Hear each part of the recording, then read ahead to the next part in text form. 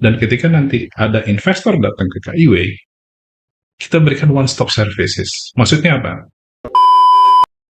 Di tahun 2021 tercapai. Wah, luar biasa. Jadi 2 tahun lebih cepat tercapai dengan size yang 2 kali lipat. Wah.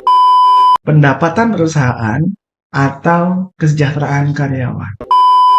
Halo, selamat datang di podcast Gayeng Bareng BUMN.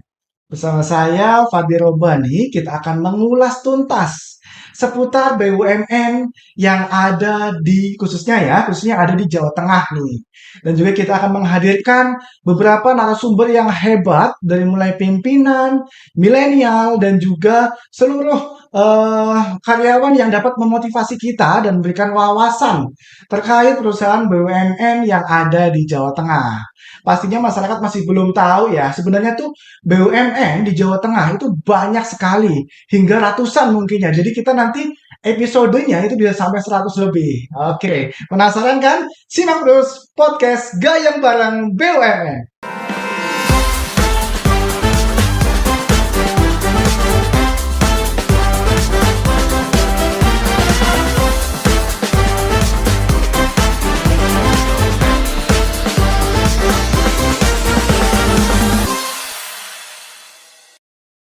Oke, untuk episode kali ini, episode perdana, kita sudah kehadiran bintang tamu yang spesial. Siapa lagi kalau bukan Bapak Ahmad Fauzi Nur. Terima kasih.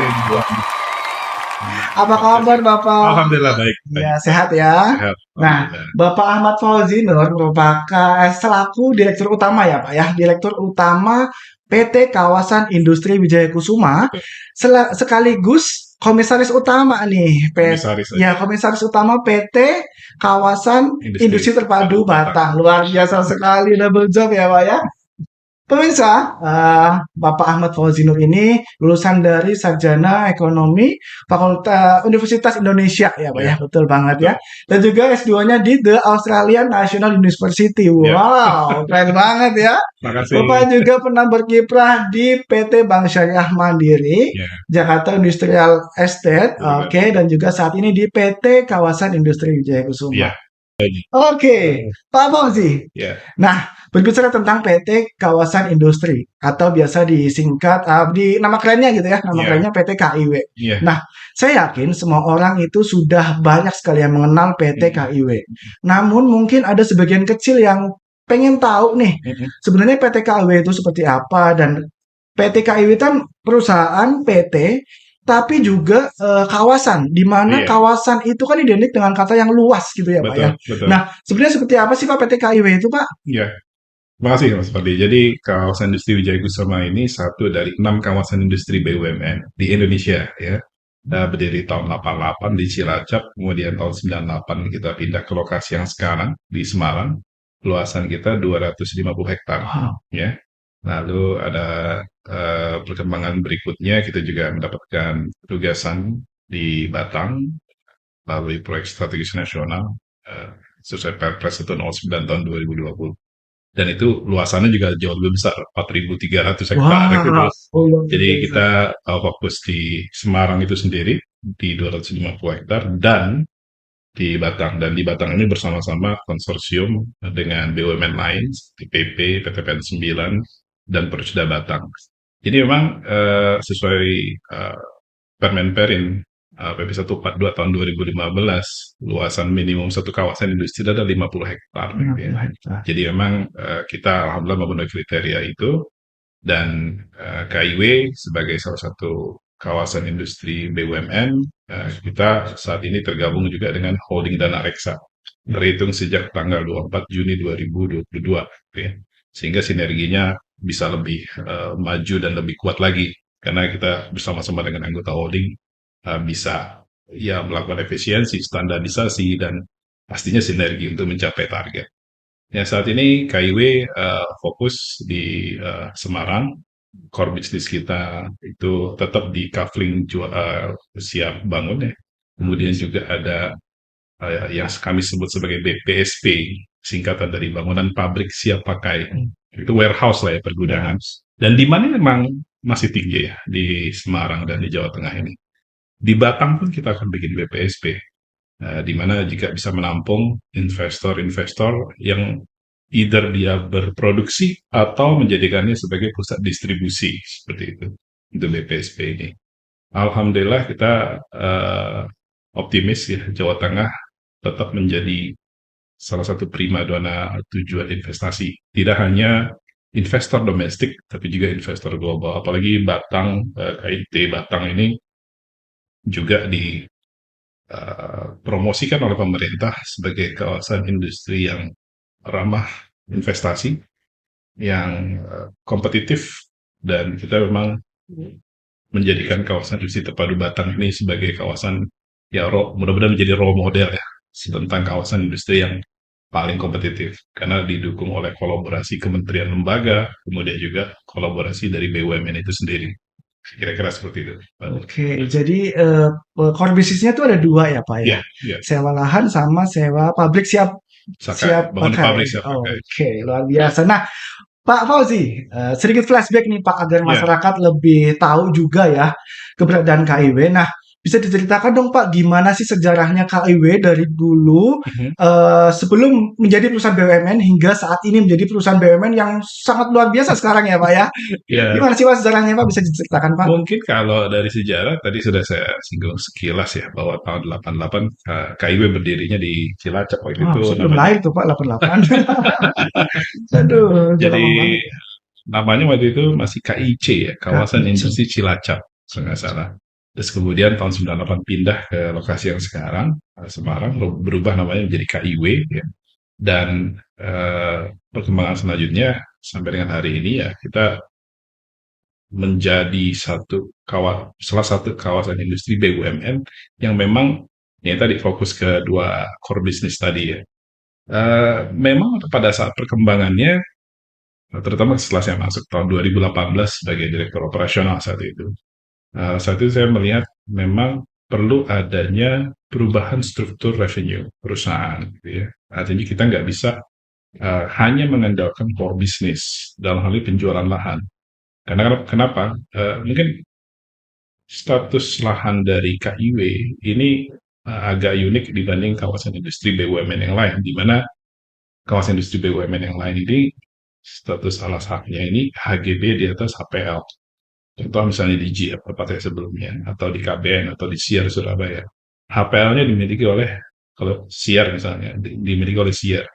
Yang kemudian dalam tanda kutip dijual kepada investor adalah HGB-nya, hak gunanya di atasnya. Berapa usianya? Kalau sesuai dengan peraturan yang berlaku saat ini adalah 30 plus 20 plus 30 tahun. Total 80 tahun dan extendable, bisa diperpanjang lagi. KIW ini HGB murni. Artinya jual putus. Kalau misalnya si investor mau beli lahan, ya lahan itu kemudian menjadi aset si investor atau si pengusaha tersebut. Sehingga konsekuensinya adalah bagi KIW harus ada pengembangan lebih lanjut. Kenapa? Lahan akan habis. Sehingga kalau kita mengandalkan core business berupa lahan siap jual, itu suatu saat akan habis. Sehingga tantangannya adalah bagi kami manajemen bagaimana memperbesar porsi recurring income yang saat ini kita dapat dari pengolahan air bersih, pengolahan air limbah, kemudian dari service charge, juga bisnis-bisnis baru yang kami kembangkan lewat business development. Nah ini yang kami canangkan dalam transformasi jilid pertama, kalau bahasa saya. Kita terjemahkan dalam rencana jangka panjang perusahaan 2018-2023. Saat itu kita di 2018 bercita-cita. Oke, kita targetkan aset kita berjumlah 1 triliun di 2023 dengan inovasi-inovasi, bikin kawasan baru, dan lain sebagainya. Tapi alhamdulillah ternyata transformasi jilid 1 ini di tahun 2021 tercapai. Luar biasa. Jadi 2 tahun lebih cepat tercapai dengan size yang 2 kali lipat. Wow. Dengan aset hampir 2 triliun. Nah, sehingga di 2022 ini kami mencanangkan transformasi jilid kedua untuk KIW. Ditandai dengan tahun 2022 ini adalah tahun dengan topik atau tema strengthening the fundamentals. Apa yang diperkuat fondasi perusahaannya? Ada 3 pilar. Pertama, pilar legal, kita sempurnakan dan kuatkan aspek legal kita. Yang kedua adalah pilar infrastructure, termasuk dalam hal ini SDM, IT, dan supporting system. Yang ketiga adalah pilar bisnis itu sendiri. Kita terus-menerus mengembangkan bisnis model yang menambah tentunya recurring income bagi perusahaan. Alhamdulillah recurring income kita waktu saya bergabung di KIW, itu porsinya 20-80%. 20% recurring, 80% non-recurring. Non-recurring itu jualan. Kalau bahasa simpelnya jadi juragan tanah. Tuan tanah gitu ya. Laku lahan, dapat duit, selesai. Gitu. Kalau recurring, kalau BPSP, bahasa simpelnya jadi juragan kos-kosan. Bikin gudang, bikin warehouse, sewain, setelah itu selesai. Nah, kita meng-create bisnis-bisnis baru other than 2 core business itu. Jadi tadi ya, 2018 saya bertugas, komposisinya 20-80. Alhamdulillah sekarang hampir 50-50. Nah, secara portfolio revenue, semakin besar porsi recurring income satu perusahaan, itu makin survive. Ya, alhamdulillah waktu semester 1 tahun 2020 ketika pertama kali pandemi menghantam semua perusahaan di dunia termasuk Indonesia, termasuk KIW gitu ya. Alhamdulillah bottom line kita masih positif. Wah, karena kita masih punya recurring yang kuat. Dan alhamdulillah makin kita perkuat dari hari ke hari. Sehingga kami yakin di transformasi jilid kedua ini, 2022-2026, saya yakin KIW bisa menjadi salah satu perusahaan yang kawasan industri yang terkemuka di regional. Thank you. Saya mau jadi poin 2, pilar kedua tentang infrastruktur kayaknya ya Pak ya. Nah, tentang infrastruktur yang lengkap nih Pak, ngomong-ngomong, seperti apa sih Pak infrastruktur dan layanan unggulan yang ditawarkan oleh KIW? Ya, kalau di KIW itu sendiri, dan saya yakin juga diterapkan di KIT Batang nanti ya, kita bicara KIW Semarang dulu, yang 250 hektar ini, infrastrukturnya alhamdulillah sudah lengkap ya, karena sesuai dengan PP 142 tahun 2015 harus ada sumber air bersih, kita memiliki water treatment plant sendiri, kemudian ada waste water treatment plant atau pengolahan limbah cair, kita juga ada sumber listrik tersedia, bantuan dan support PLN, kemudian jalan pun kita standar kawasan industri, layanan pemadam kebakaran 24 jam, kemudian juga ada security, CCTV, dan semua pelayanan yang dibutuhkan oleh tenan. Dan ini juga dilengkapi dengan hadirnya anak perusahaan kami. Jadi KIW ini saat ini punya 2 anak perusahaan. Tadi kawasan industri terpadu Batam, lalu ada juga yang sebenarnya lahir lebih dulu, namanya PWS, Putra Wijaya Kusuma Sakti. Nah, PWS ini yang kemudian memberikan layanan untuk menggarap semua ekosistem bisnis di dalam kawasan industri. 2018 saya masuk KIW, saya keliling ke tenan-tenan gitu ya. Saya tanya, oke, you udah jadi tenan di sini gitu kan? Apalagi yang you butuhkan? Oh, saya butuh misalnya karyawan, saya butuh makan siang untuk karyawan, saya butuh perumahan, saya butuh transportasi untuk antar jemput pegawai dan lain sebagainya. Itu memunculkan ide-ide bisnis yang kita buat itu sebagai bisnis lines baru anak perusahaan kita. Dan ketika nanti ada investor datang ke KIW, kita berikan one stop services. Maksudnya apa? Kalau mereka datang ke KIW, let's say dengan membawa 1 koper berisi US dollar gitu ya, mereka nggak perlu pusing. Mereka cukup kita tunjukkan nih, mau beli lahan yang mana, ya. Oh, saya mau lahan sini. Oke, harga deal, closing, transaksi. Pasti kan nggak cuma lahan aja. Dia butuh apa? Oh, saya mau bikin pabrik atau gudang. Nah, kita supply. Konstruksinya dari anak perusahaan. Oh, udah ada bangunan atau pabriknya, saya butuh pegawai, outsourcing dari kita. Butuh makan siang, meskipun tidak semuanya dari kita, artinya kita yang mengkoordinir. Ya. Kita juga tetap terbuka kolaborasi dengan BUMN dan BUMD, termasuk swasta, Tapi customer experience yang mau kita ciptakan bagi investor KIW adalah cukup datang ke KIW, one stop service, all you need is already there. Itu yang kita coba tawarkan sebagai kemudahan. Jadi investasi nggak ribet, datang aja ke KIW gitu. Aduh, kayaknya saya bisa nggak ya Pak jadi investor gitu ya? Bisa saja. Nah, tadi berbicara di situasi kita kan sudah melalui pandemi ya, yang Yeah. Bapak sudah cerita, kita sudah melalui pandemi tentunya banyak sekali dampak untuk investor nih. Nah, Yeah. gimana sih cara KIW untuk mendorong investor agar berinvestasi atau menginvestasikan dananya ke KIW? Gimana sih Pak caranya? Kalau pada saat pandemi terjadi, memang ini terjadi secara global ya, bahwa restriksi orang untuk berpergian itu juga terjadi gitu ya, karena ya lama kali pandemi, siapa yang tahu, masih semuanya serba bertanya-tanya. Dan itu kita alami juga KIW, di mana yang tadi saya bilang di semester 1 tahun 2020 tidak ada satupun investor yang beli lahan, kebayang nggak?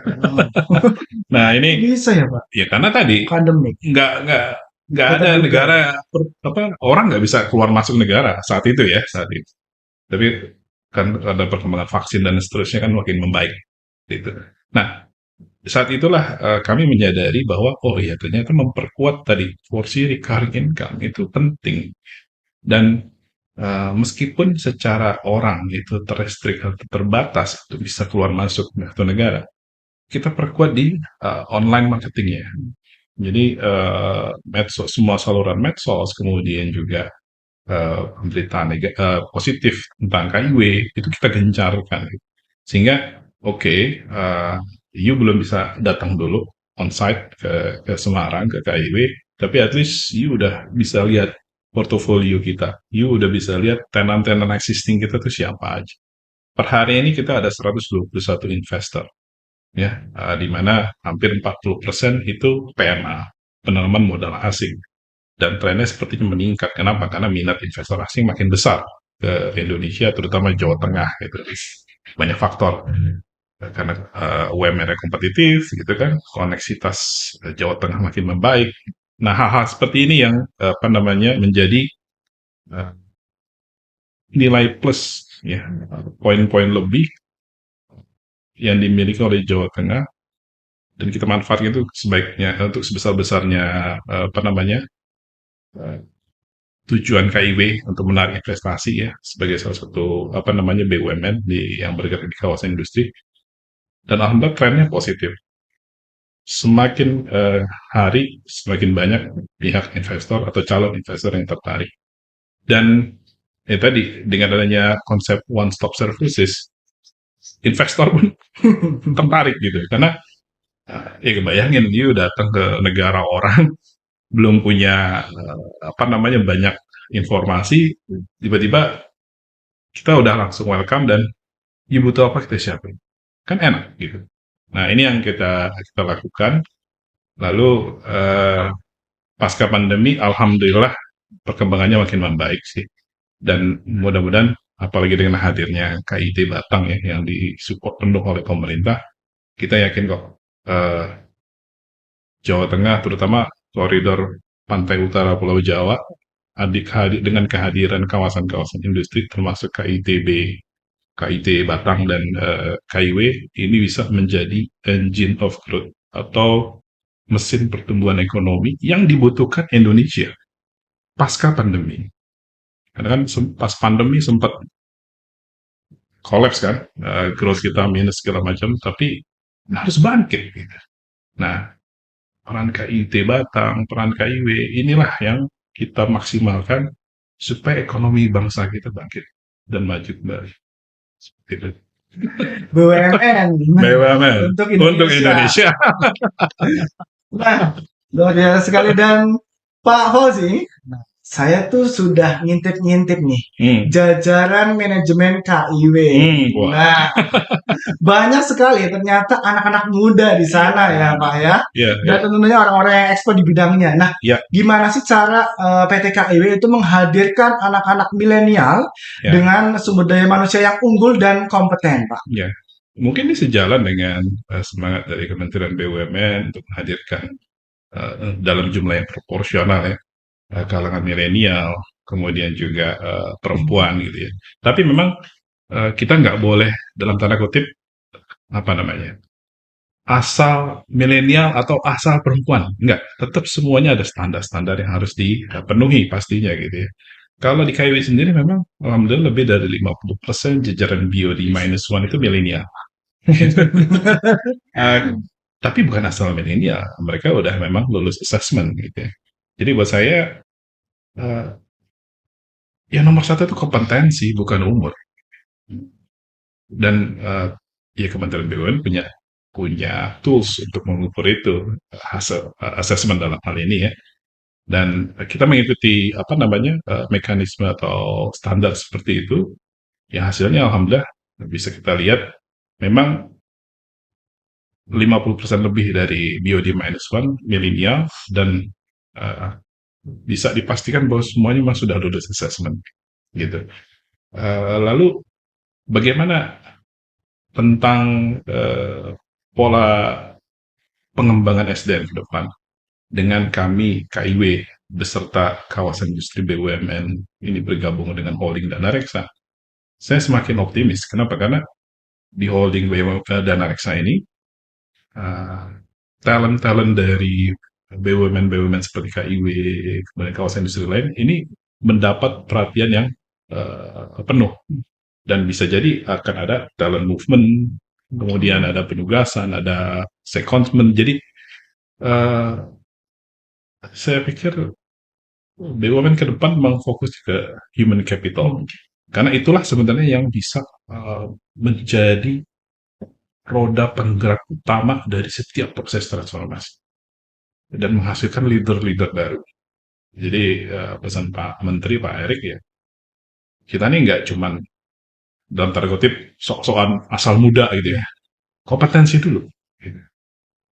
Masalah kemudian ternyata muda dan kompeten, nah itu yang harusnya bisa jadi next generation-nya BUMN dan nggak cuma BUMN, Indonesia.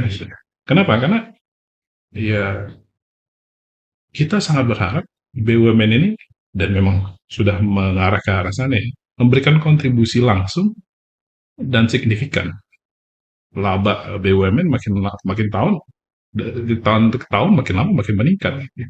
Terbayang kan kalau misalnya dividen dari BUMN ini bisa menjadi salah satu sumber pemasukan bagi negara. Nah, kita sangat berharap itu bisa terjadi seperti itu. Dan itu dimulai dari skala perusahaan BUMN-nya, dan itu dimulai dari masing-masing individu yang sekarang ada di BUMN. Dan itu bisa jadi Anda, saya, kita. Itulah dimulainya kebangkitan Indonesia dari BUMN ya, dari kita-kita ini. Gitu. Jadi nggak cuma milenial, tapi punya kompetensi. Betul. Betul. Buat para milenial nih, jangan cuma milenial, Anda juga punya kompetensi ya. Betul. Oke, Pak. Saya juga penasaran sih Pak. KIW itu ada rekrutmennya nggak sih Pak? Ada pasti. Lewat website? Website ada, kita juga join di FHCI ya, Human Capital Indonesia.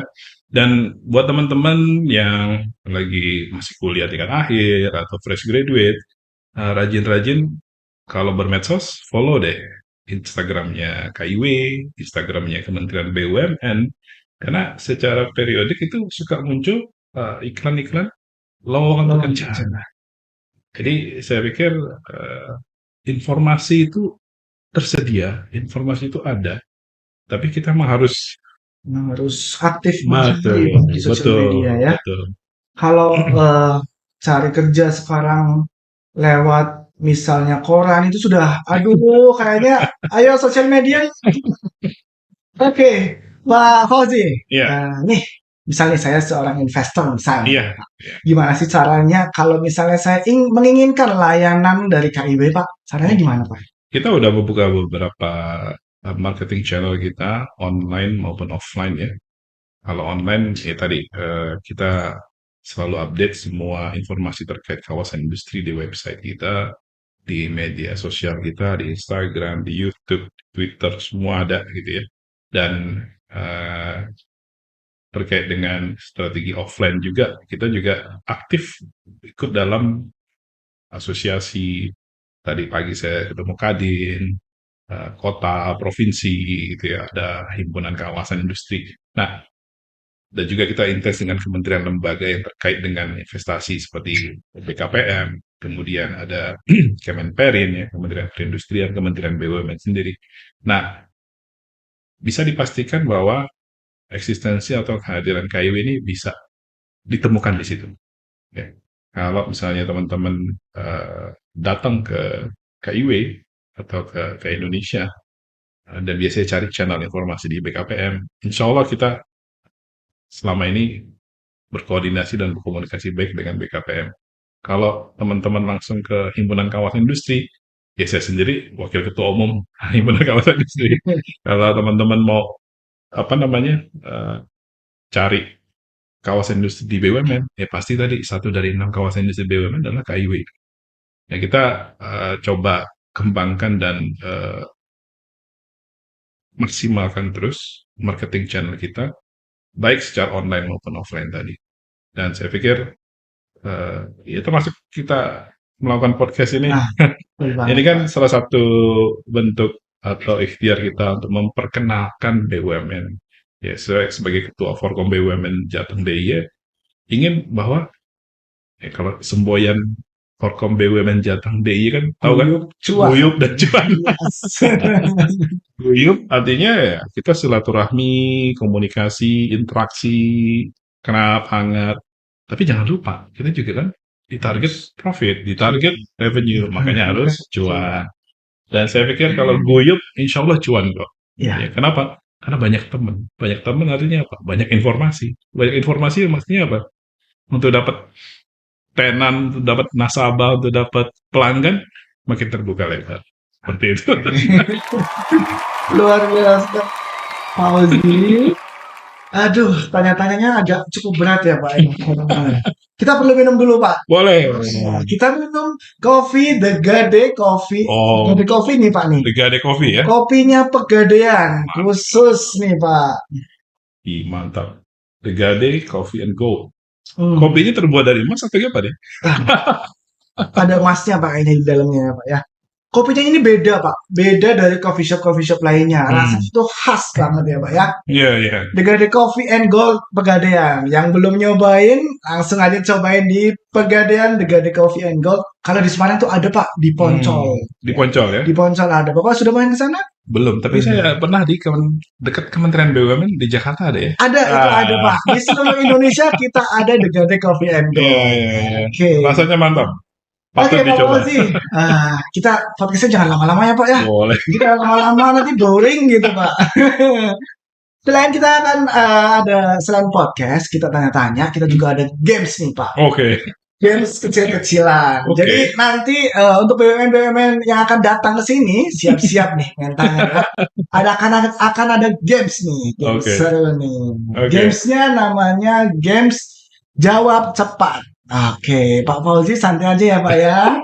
Nggak usah tegang, Pak. Santai aja ya. Oke, games jawab cepat, Pak Fauzi. Oke. Cepat atau tepat? Cepat. Cepat. Kenapa, Pak? Kenapa nggak tepat? Cepat itu biasanya dibangun dengan habit. Dan kita kalau misalnya punya habit dalam mengambil keputusan misalnya, itu kan pada proses berpikir, analisa. Dan dalam proses itu harus cepat. Jadi kalau misalnya hanya semata-mata tepat, ya, itu bisa jadi Anda benar, tapi cost yang ada itu menciptakan delay. Nah, ini yang buat saya sih semakin sering kita mengambil keputusan, semakin terlatih kita menganalisa cepat, yang ujung-ujungnya keputusan yang diambil tepat. Tepat juga. Jadi saya lebih ke arah proses yang cepat untuk mengambil keputusan tepat. Ya, karena kalau cuma semata-mata kita harus tepat, ya semua harus tepat. Cuman kalau you melakukan analisanya berbulan-bulan dalam bisnis itu nggak bisa. Tapi kalau you udah terbiasa menganalisa cepat, keputusannya pun Pasti tepat. pasti tepat. Oke. Gitu. Bangsat sekali. Aduh, saya takut sendiri. Pak Fauzi, berlari atau berenang? Berlari. Kenapa nggak berenang? Pertama, kalau saya pribadi lebih suka berlari. Tapi kalau berlari itu kita bisa merasakan semua energi yang kita keluarkan. Karena ketika berlari itu kan kita sendiri yang menapakkan kaki. Hambatannya itu hampir dirasakan tidak ada. Berbeda kalau berenang, mungkin harus ada ya tekanan air, you harus sesekali ngambil nafas. Tapi kalau berlari, you get everything, you give everything. Nah, itu yang buat saya sih lepas aja. Kalau you capek, slow down. Kalau you kuat, ya speed up lagi. Seperti itu. Ngatur tempo. Kalau berenang di tengah-tengah, nggak bisa berhenti dong. Iya. Kelelep. Oke, Pak Fauzi, datang lebih awal atau pulang lebih awal? Datang lebih awal. Gak suka pulang lebih awal, Pak. Datang lebih awal tuh lebih ke arah you prefer everything better than others who come late. Kenapa? Ya, waktu zaman kuliah misalnya, atau misalnya dapat penugasan. Kalau kita prepare lebih dini, faktor keberhasilan atau kans kita untuk berhasil itu lebih besar. Kalau misalnya kita datang ke satu tempat, entah jadi pembicara, entah itu jadi pimpinan, atau bahkan jadi mahasiswa di suatu kampus, kalau kita survei dulu, kita prepare dulu, itu kans kita untuk bisa berhasil ataupun lancar dalam menjalani tugas itu lebih besar. Makanya saya bilang lebih baik kalau dalam pertemuan meeting saya nunggu ketimbang ditunggu. Ya kecuali kalau ada force major ya itu masalah lain. Karena saya bisa prepare lebih baik dan lebih matang. Seperti itu. Pertanyaan terakhir, Pak. Ini agak sedikit berat sih, tapi kayaknya bagi Pak Fauzi gak berat. Pertanyaan terakhir, Pak. Pendapatan perusahaan atau kesejahteraan karyawan? Kesejahteraan karyawan. Kenapa? Ya.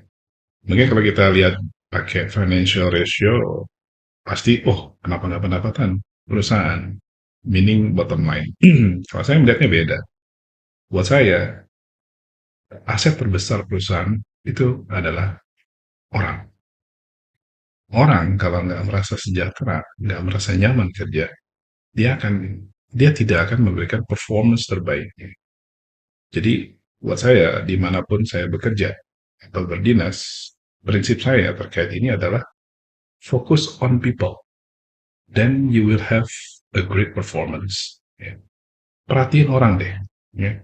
Kalau misalnya orang atau karyawan atau tim Anda perhatiin ya, dengan kesejahteraan, dengan motivasi, dengan insentif dan lain-lain, dengan sendirinya kok performance perusahaan akan ini.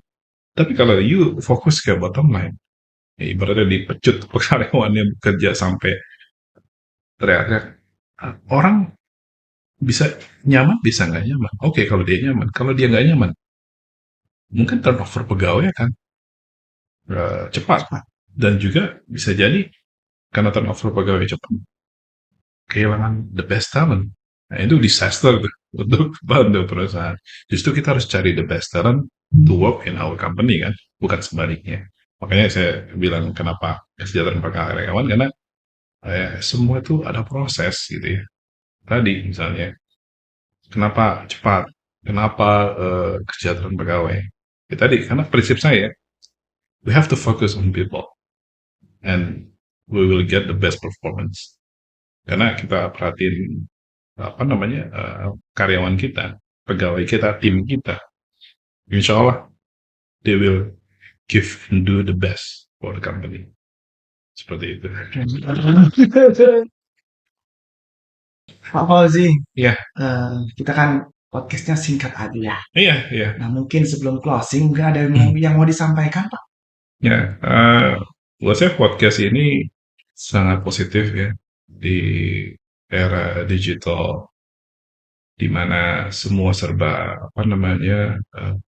bukan hanya instan tapi juga cepat, real time ini. Mari kita manfaatkan teknologi ini seoptimal mungkin. Kenapa waktu itu kita muncul ide untuk buat podcast BUMN Gayam ini untuk forum komunikasi BUMN Jateng dan DIY? Karena kan kita punya moto tadi ya, guyup dan cuan gitu. Dan setiap pertemuan tuh ada cuaners BUMN yang presentasi untuk jualan produknya, untuk jualan perusahaannya. Dan saat itu yang bisa dalam tanda kutip menikmati presentasi dan menyerap informasi itu cuma orang-orang yang hadir saat itu. Ya. Beda kalau misalnya pertemuan itu direkam dan kemudian didigitalisasi, di-upload misalnya di Instagram atau di YouTube. Siapapun yang mau tahu tentang misal KIW, ya you klik aja rekaman yang menghadirkan Ahmad Fauzi Nur sebagai narasumber. Kalau you mau tahu informasi tentang misalnya Pertamina, ya you klik aja episode yang bertemakan atau narasumber dari Pertamina. Sehingga ada fleksibilitas, ada kemudahan, dan juga kesempatan untuk menyebarluaskan informasi yang positif ya tentang BUMN. Nah, buat saya podcast ini jadi salah satu ikhtiar kita gitu ya, supaya masyarakat bisa lebih mengenal BUMN yang beroperasi di Jawa Tengah dan DIY, produk-produk apa, jasanya seperti apa, sehingga ada pemahaman yang lebih baik. Itu dari sisi edukasinya. Tapi kalau dari sisi promosinya pun nggak kalah.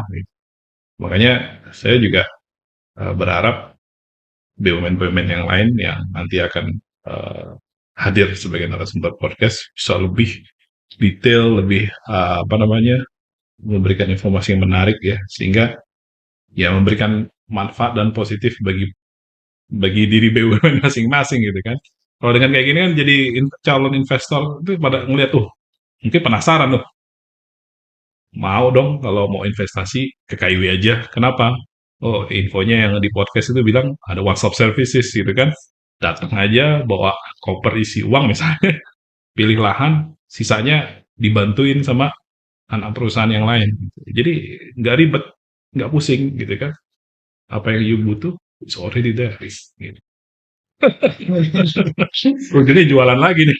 Oke, baik. Bagi BUMN yang pastinya sudah nggak sabar nih pengen datang ke sini, pengen seru-seruan bareng kita, bareng saya tentunya, dapat langsung ya Pak ya, nanti kontak ke saya aja nih. Ya. MC baru. Oke Pak Fauzi, terima kasih banyak. Terima kasih atas undangannya, atas kopinya juga. Kopinya baik, pemirsa, dan berakhirlah sudah kita di penghujung acara nih. Dan jangan lupa layar tayangan ini nanti akan tayang di YouTube channel Forkom BUMN Jateng dan DIY. Yeah. Jangan lupa di like, subscribe, dan juga di share nih ke teman-temannya. Mungkin ada yang butuh informasi-informasi tentang BUMN di Jawa Tengah khususnya. Boleh dong di share lah ke semuanya ya. Yeah. Oke, terima kasih Pak Fauzi, terima kasih teman-teman semua, terima kasih kru yang sudah bertugas, terima kasih banyak. Sampai jumpa di podcast Gayang Bareng BUMN selanjutnya. Bye-bye. Salam cuan.